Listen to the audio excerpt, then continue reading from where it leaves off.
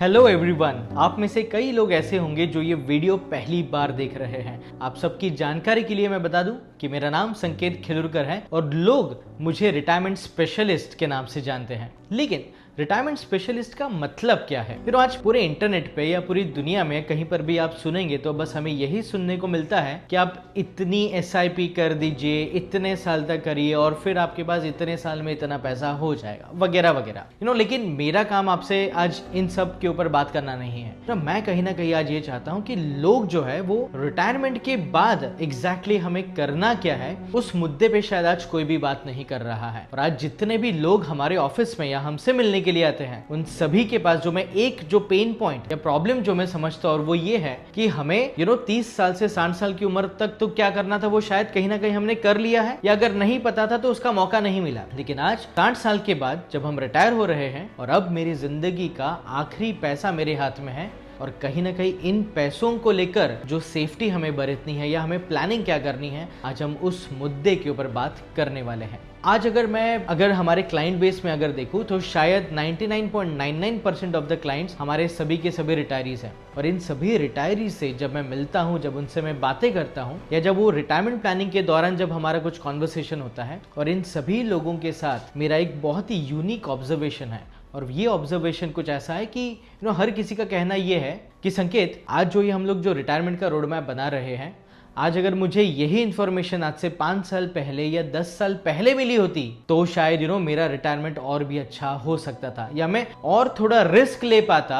और उस रिस्क के वजह से मैं शायद और अच्छा पैसा कमा पाता। बट अब अगेन मेरा कहने का मतलब यही कि जो आज तक हो चुका वो हो चुका, जो चीजें ऑलरेडी हो चुकी है उन्हें तो हम लोग सुधार नहीं सकते। लेकिन आज 60 साल की उम्र में जब हमें ये समझ में आता है कि अब मेरे पास रिटायरमेंट का लास्ट पैसा आ चुका है, और तब सबसे ज्यादा एंग्जाइटी, तब सबसे ज्यादा कंफ्यूजन और तब सबसे ज्यादा डर हमें लगता है। Am I right? तो अब रिटायरमेंट से पहले और रिटायरमेंट के बाद इन्वेस्टमेंट का जो तरीका है या हमारा जो थॉट प्रोसेस है वो एकदम ऑपोजिट हो जाता है। जब हम लोग 50 साल के हैं या 55 साल के हैं तब हमारे पास कहीं ना कहीं कोई मेंटल एश्योरेंस होता है कि मैं और 5 साल कमाने वाला हूँ, हर एक तारीख को मेरे बैंक में सैलरी क्रेडिट होने वाली है, और अगर मैं कोई हाई रिस्क इन्वेस्टमेंट्स कर भी रहा हूँ तो मुझे पता है या मुझे तसल्ली है कि अगर किसी वजह से अगर वो इन्वेस्टमेंट ठीक नहीं बैठा तो एटलीस्ट मेरी अगले महीने की सैलरी जो है वो उसे कंपेंसेट कर देगी। लेकिन क्या यही थॉट प्रोसेस पोस्ट रिटायरमेंट भी चलेगा? क्या यही थॉट प्रोसेस रिटायरमेंट के बाद भी चलने वाला है? The answer is no. क्योंकि अब रिटायरमेंट के बाद अगर हमारी एक भी गलती होती है और वो गलती को सुधारने का ना हमारे पास उम्र है,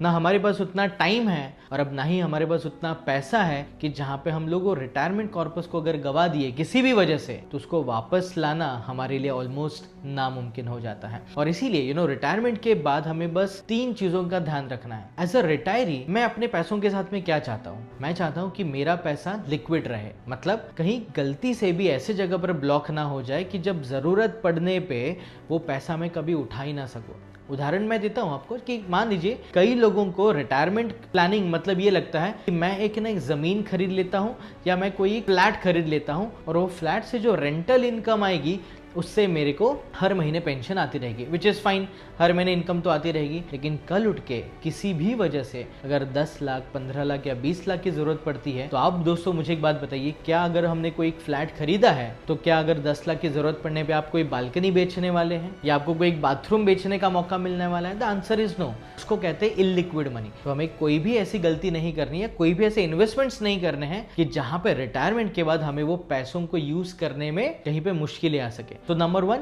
हमारा पैसा हमेशा लिक्विड होना चाहिए। नंबर 2, हमारा पैसा कहीं पर भी पार्क हो, वो पैसा मुझे अननेसेसरी टैक्स बर्डन नहीं देना चाहिए। मतलब आज जब तक हमारी सैलरी आ रही थी तब तक तो मुझे इस बारे में कभी सोचने का मौका भी नहीं मिलता था कि ये टैक्स भरूं या ना भरूं, बिकॉज बैंक में जो भी पैसा आता था वो सीधा टैक्स कट होने के बाद ही आता था, तो हमारे पास कोई चॉइस ही नहीं था। बट अब रिटायरमेंट के बाद जब इतना सारा लमसम पैसा हमारे हाथ में आने वाला है तब हमारे पास चॉइस है, तब हमारे पास लिबर्टी है फॉर अस टू डिसाइड कि ये पैसा मुझे किसके नाम पे कितना, कौन से इंस्ट्रूमेंट में रखना है और हम लोग कैसे लीगली और एफिशिएंटली इस टैक्स को कम कर सकते हैं। And the third and most important point is, आप सभी लोग जानते हैं दोस्तों कि आज से 15-20 साल पहले जो आपकी सैलरी हुआ करती थी, शायद कोई 5,000 कमा रहा था, कोई 10,000 कमा रहा था, वगैरह वगैरह, लेकिन समय के साथ जैसे जैसे महंगाई बढ़ती गई वैसे वैसे आपकी सैलरीज भी तो बढ़ी है। एग्जैक्टली सेम रिटायरमेंट के बाद भी ये कहानी रुकती नहीं है दोस्तों। रिटायरमेंट के बाद भी आज अगर हमें 1-8 लाख रुपए की जरूरत है घर खर्च के लिए, तो आज से 2-3 साल बाद शायद 1,20,000 या 1,30,000 की जरूरत पड़ेगी।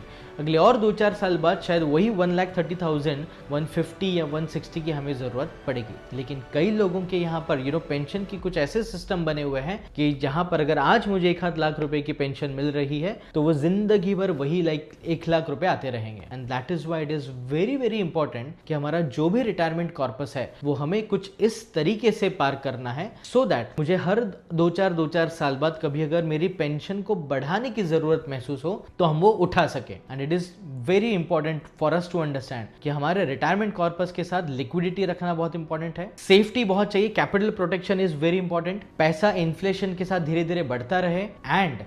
वो tax burden, unnecessary tax burden भी हमारे पैसों पर ना आए। राइट एंड दोस्तों, मैं आपको एक और चीज बता दूं कि जैसे कई बार क्या होता है कि जब हम लोग प्री रिटायरमेंट स्टेज में हैं तब हमें ये लगता है कि हाँ ठीक है, मेरे घर पे कोई इतना बड़ा खर्च आने वाला है तो मुझे पता है कि मैं अपने प्रोविडेंट फंड के पैसे को उठा के शायद बच्चों की शादी कर दूंगा, या मेरी कोई इनकम आने वाली है और वहां से वो पैसा जो है मैं शायद गाड़ी खरीदने में या कोई और खर्च में मैं कर सकता हूँ। बट रिटायरमेंट के बाद हमें पता है कि हमारे पास लिमिटेड पैसा है और उसी लिमिटेड पैसे से हमें सारी रिस्पॉन्सिबिलिटीज या लाइबिलिटीज भी निभानी है। एंड दैट इज वाई हर एक पैसे को बहुत ही एफिशिएंटली और डिलीजेंटली मैनेज करना, कौन से एक्सपेंसेस के लिए कौन सा पैसा किस तरीके से पार करना है ये समझना, और साथ ही साथ में अपनी डिग्निटी मेंटेन करके रखना और अपने लाइफस्टाइल को भी सेम स्टैंडर्ड पे रखना, ये एक रिटायरी का सबसे बड़ा पेन पॉइंट है। अगर आप भी चाहते हैं कि कुछ इसी तरीके से आपकी भी रिटायरमेंट प्लानिंग हो तो आइए फिर करते हैं रिटायरमेंट की बात संकेत के साथ।